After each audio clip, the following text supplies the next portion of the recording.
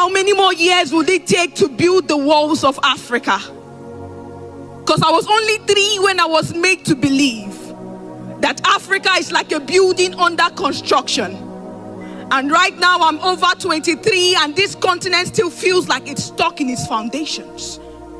Because tell me why? Why we have the Dangote capacity yet our infrastructures are still built on structures that scream scarcity? Tell me why? Why we have tech bros in Nairobi, Kenya and South Africa yet we are still suffering digital malaria? Tell me why Africa is walking naked when we have Vicky James who snatches creativity like the art of Akosed or Tebe Magugo, who weaves stories while making clothing or Sheyi Vodi, whose fashion empire began with a dream and not a body. Why are we like a song without reading when the blood within our veins carries the beat of Fela and Nicola Bokuti? When our voice still carries the power of the songs of Lucky Dube? And yes, we are strong, but when we choose to, we are soft as the voice of Brenda Fassie. So how dare the world call us poor? How dare the world say we are weak? How dare them say that we are not strong? When the wealth of Africa keeps the world's phone ringing, how dare them say that we are underdeveloped? When our sweat built their castles. So I am here to remind you that Africa is no longer that continent that is underdeveloped, because we are a generation of builders, idea crafters, system shakers. We're a generation of men and women who build with bricks of knowledge, mortar of innovation, and raises towers of transformation. Because Africa is that content creator turning 10-second clips into 10,000 life lessons. Africa is that tech bro who is still coding under flickering lights. Africa is that painter who is throwing colors of paint on walls where hopes has been lost. Africa is that entrepreneur who is feeding his family and more from an akara store. And trust me, this is that part they won't show you on TV. This is that part you won't see on the Western headlines. Because when they gave us chains, we turned them into jewelries. And when they gave us broken pieces, we made them art. And when they gave us borrowed names, we renamed ourselves. This is why there are 7 continents in the world, but the future keeps pointing towards Africa. And right now, we are tired of their pity parties. One that ends up leaving us with souvenirs of debts. We are tired of borrowing, because we are the mother of civilization, and mothers don't beg, we bet. So right now, we are betting the revolution we need, the transformation we stand for, the Africa that we want to see. Because Africa is like a delicacy in process, and for every delicacy to be made, it takes time, and we are cooking. Check out our farmers, our tech bros, our lawyers, our teachers. We are fire and we are cooking. So this is me telling that young man who still believes in the future of Africa, telling that young girl who braids hair in the morning yet studies with candlelights at night, reminding you that this Africa that we seek is one that we can raise with our own hands. So never again would we go back to the world begging for aid, because we are no longer that cheap. Signora Jerry, ho imparato. Ace, candeggina, spray mousse. La mousse che resta sus. Santo cielo, prendo le scale. Ma prenda almeno la mousse. That depends on the white for food. So right now, I am reminding you that they say that greatness is never built in a day. And the Africa that we seek would be built over time when we decide to rise, when we decide to take our responsibility, when we decide to focus on what we want and the nation, the continent we seek. Thank you. Here is another bold speech from Young Lady that has touched the hearts of millions across Africa. The piece I'll be reciting today is a letter to the children of Sahel. Have you met her? the Sahel. She carries weight, walks with grace, possesses power, homes the most beautiful people. On her shoulders rest her nations, on her lands her minerals. She is beautiful, she is strong, confident, rich and smart. She wouldn't let the chaos fill her mind. She reminds us, as I read this letter, to keep her safe, that nothing in this world would break us, that she stands firm to rise beyond borders, to rise beyond enemy lines, to remain and unbroken, to remember that her land keeps memories, sad and happy ones. But she implores us to fight and never back down. There is hope, to healing, strength, prayers. This is for you.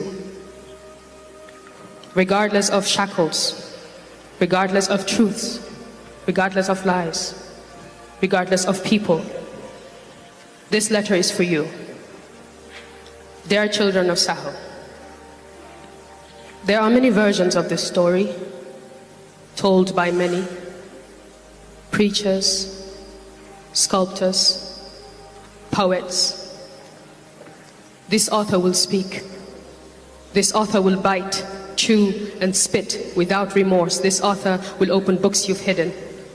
She will speak of the past, of men and many others before, a place, a region, a continent, a people unified in ambition, integrity, where the soil understood the language of spades. Men had compassion for the weak. Every book had a home, and every pen knew history. Knowledge then laid carpet on every street before your cousin Tim booked 2 hours and burned the library. Men then stood firm with their buckles tight, before blades were switched for dresses. You think GMOs could be compared to organics? Don't misinterpret delusion for reality. You talk about wealth.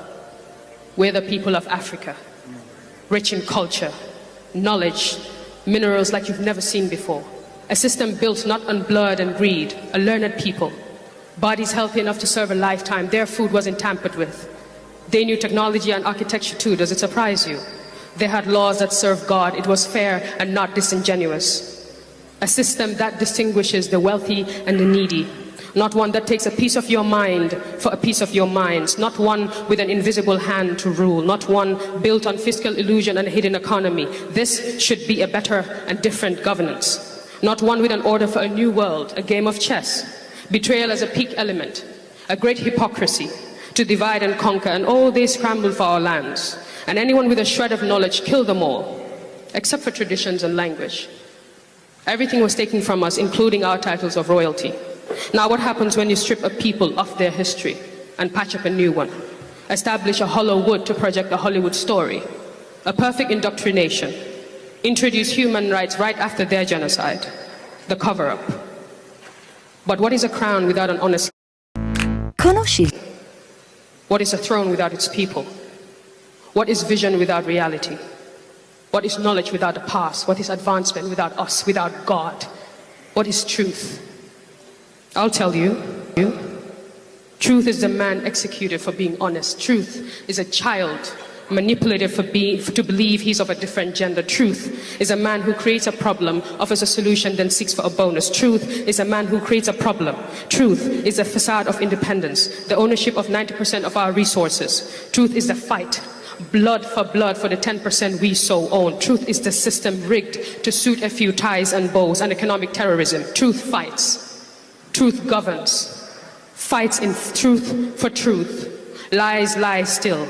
Dressed in political gowns, legislative watches, and leather government shoes, convincing us that subservience is right and exploitation is growth. Lies create middlemen to pursue an agenda. I see lies as a bowl of poison, decorated with ugly power. I see lies as an intrusive thought, hell-bent on punishing my thoughts for thinking right thoughts. I see lies as a soldier working against my mind to dig out God's words in exchange for sinning contracts. Lies aren't always a beautiful picture with sparkles and pearls hanging by your bedroom door.